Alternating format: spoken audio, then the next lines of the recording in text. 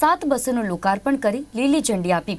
આ પ્રસંગે શહેર ભાજપ પ્રમુખ તેજસ પટેલ પણ ઉપસ્થિત રહ્યા હતા। ડેપો મેનેજર કે પરમારે સૌનું સ્વાગત કરીને આભાર માન્યો હતો, જેમાં 2 નવીન શેડ્યુલ કરવામાં આવ્યું છે। સવારે 6 કલાકે નડિયાદ પાલનપુર વાયા મહેસાણા અને સવારે 7 કલાકે નડિયાદ પાટણ વાયા મહેસાણા શરૂ કરવામાં આવી। તેમજ નાથદ્વારામાં 2 નવીન વાહન અને ધાનેરા ઉના વડોદરા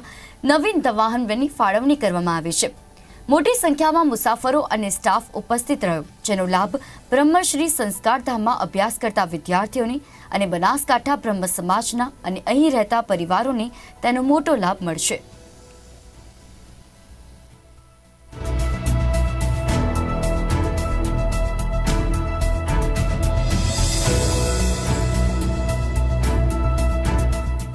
આજે આપણા ગુજરાતના માનનીય મુખ્યમંત્રી શ્રી ભૂપેન્દ્રભાઈ પટેલ સાહેબે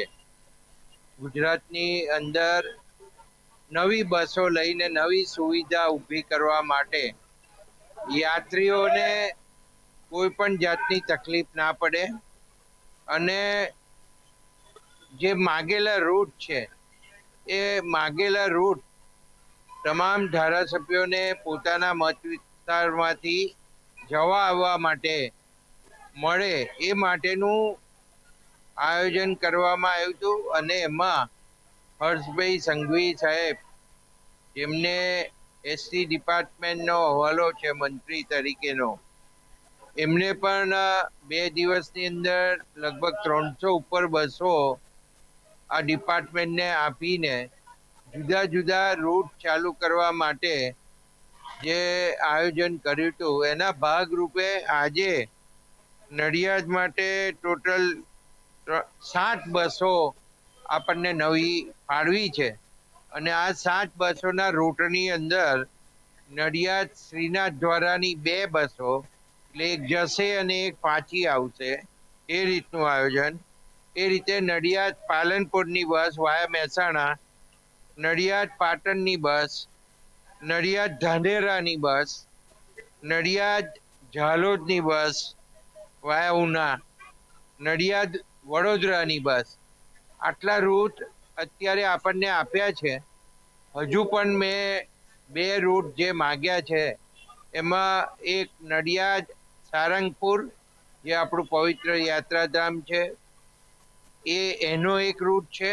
અને બીજું પવિત્ર યાત્રાધામ આપણું દ્વારકા નગરી દ્વારકા નો રૂટ માગ્યો છે અને મને ખાતરી છે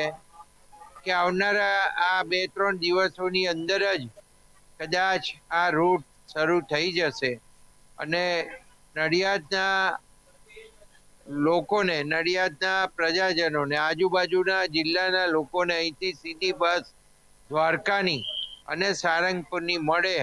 એ પ્રમાણેનું આયોજન કરવામાં આવ્યું છે અને આજે મેં જેટલા રૂટ બતાવ્યા એ તમામ રૂટ પ્રજા માટે ખુલ્લા મૂકવામાં આવે છે।